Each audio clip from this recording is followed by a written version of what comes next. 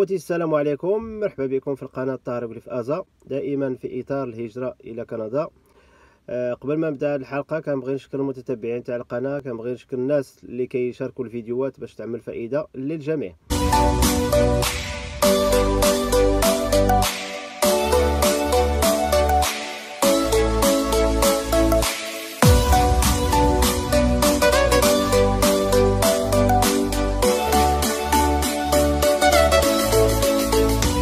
في هذه الحلقة غنستمروا لسلسلة التعريف بالإجراءات والوثائق الضرورية سواء قبل أو بعد الوصول إلى كندا.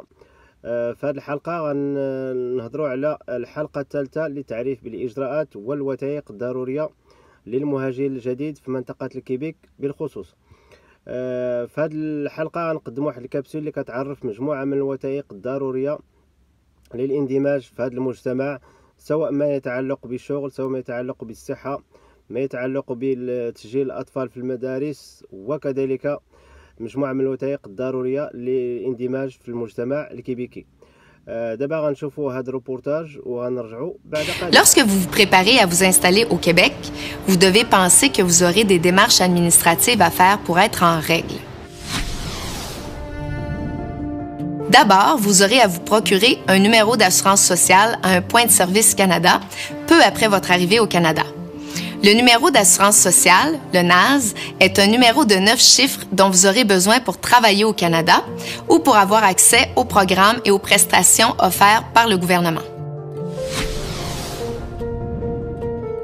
Aussi, vous irez vous inscrire à la Régie de l'assurance maladie du Québec, la RAMQ, afin de pouvoir profiter du système public médical québécois.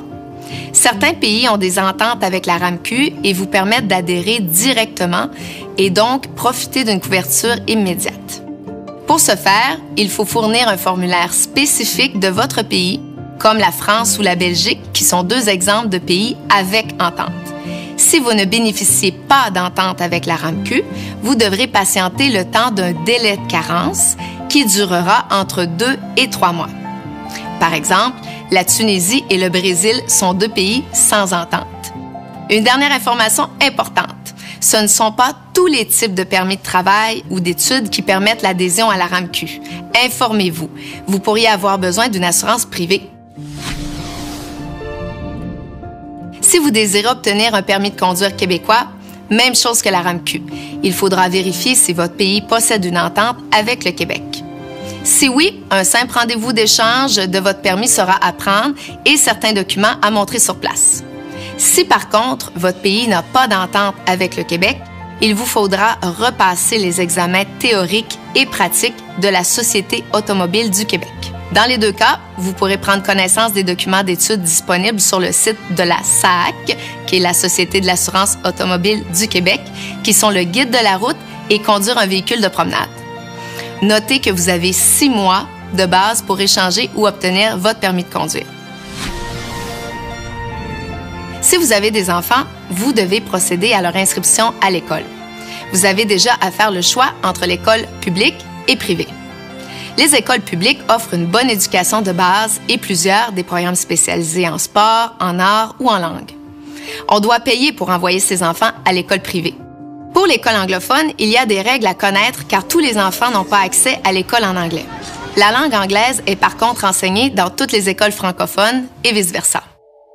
C'est votre lieu de résidence qui déterminera dans quelle commission scolaire votre enfant étudiera, voire dans quelle école primaire il recevra son enseignement.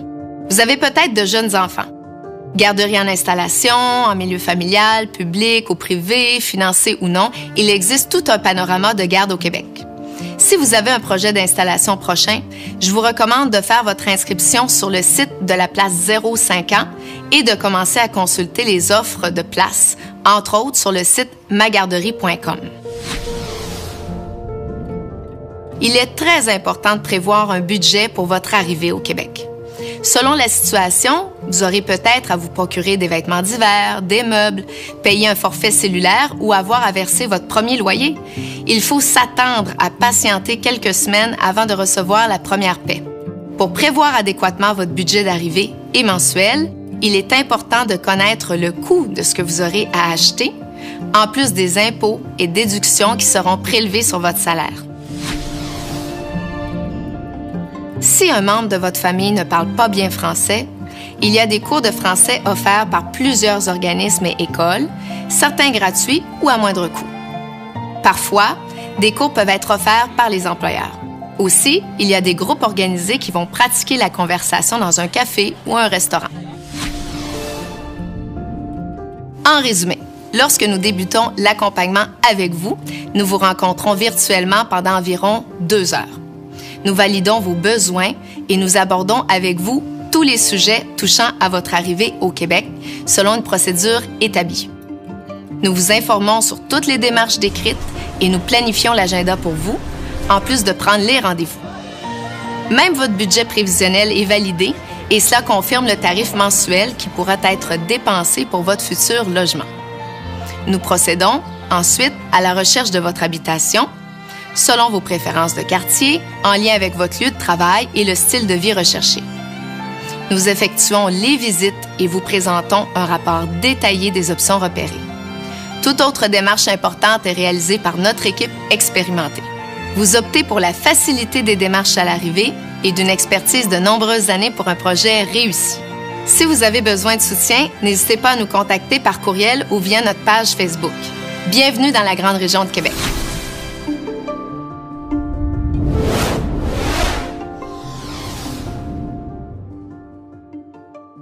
إلا عجبك الفيديو أبوني في لاشين وشاركوا مع أصحابك وإلى اللقاء.